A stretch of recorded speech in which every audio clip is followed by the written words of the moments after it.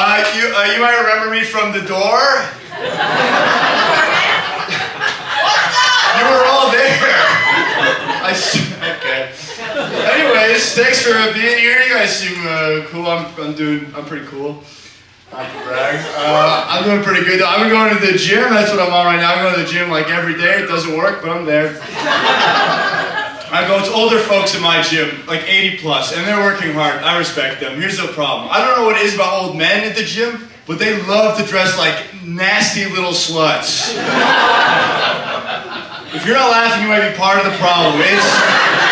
It's crazy. These old men, little short shorts, little tank tops. All they're missing is sweatpants that say juicy on the butt, and they're every girl I went to junior high with. But if you dress like a slut in junior high, that wasn't allowed. They would get caught by the vice principal. They would get sent to the lost and found for new clothes and have to come back looking like Adam Sandler for the rest of the day. Those stupid sluts.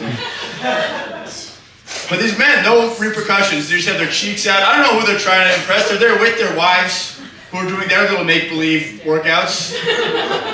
I don't know if you've seen an 80-year-old lady at the gym. This is all their exercise, right? This is a whole thing.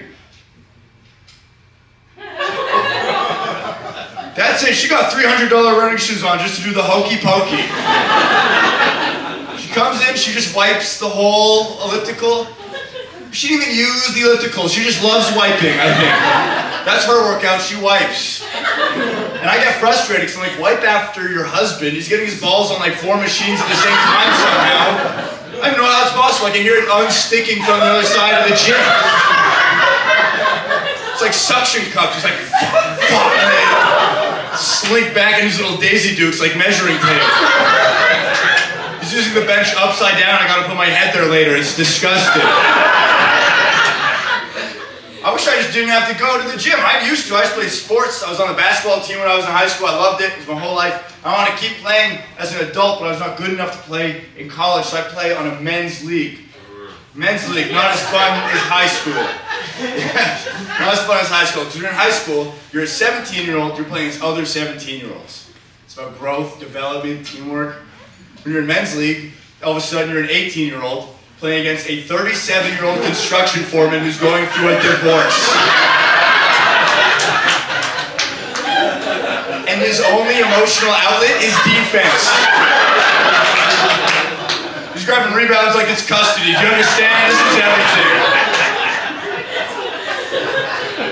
And no one warns you. No one tells you that. When you're running laps in high school, no one stops and says, hey, if you work really hard and stay in really good shape one day, you can play against a bunch of welders in an elementary school gym at 9:45 on a Wednesday. That's as good as it's going to get.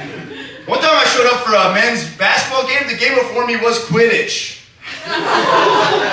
Some of you are acting like they might have been flying. None of them were flying. Just regular teenage virgins playing pretend with a broom between their legs. It's sad. No one's watching you. That's the worst part. No one's watching a men's league game. The only people in the crowd are the people waiting to play pickleball. And I don't want to say their age, but they are dressed like nasty little sluts. So you tell me who you think it is. I wish I could keep playing sports, but it's hard because when you're an adult, no one respects you anymore. When you're a kid, people treat sports like it's the army, and then once you're an adult, they don't anymore. And I think I'm still brave, but no one treats you like that. Like the only sport you can pursue as an adult is marathons. That's the only time anyone respects you, and that's bullshit. Because that's how bad adulthood is. They don't respect you if you're actively torturing yourself. Marathon, to me, that's not even a sport. That's just the worst part of other sports for way longer. Like, get rid of the balls, get rid of the nets, just shin pain, 6 hours, that's what you get now. You're 30 now, enjoy it, this is what it is. Doesn't even make sense. If you're good at sports, people tell you, oh, you should run a marathon. That doesn't work for anything else. If you're good at math, no one's ever like, oh, you should count to 2 million.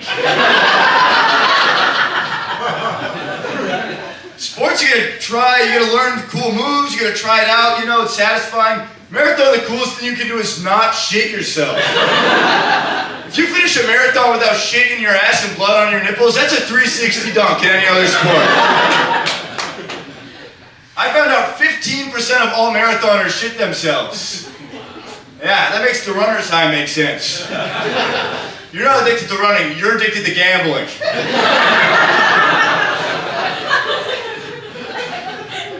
But I'm trying to be tougher, I try to do tough guy shit, you know, like I listen to a lot of rap music. I'll be honest, I should not be allowed to listen to any rap music. I don't relate to anything any of those guys are saying.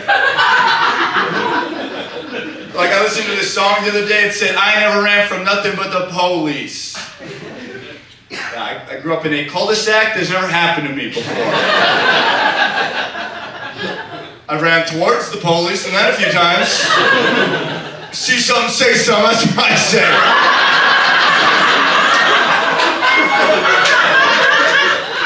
You see a teenager vaping Wendy's, you gotta tell somebody. Not this Tim Hortons. I just don't have a running from the police face. Look at how I look right now. Look at my features. I look like I say goodnight to the moon every night before I go to sleep. Every night, goodnight moon. Goodnight blankets, goodnight pillows. Goodnight officers, I love you.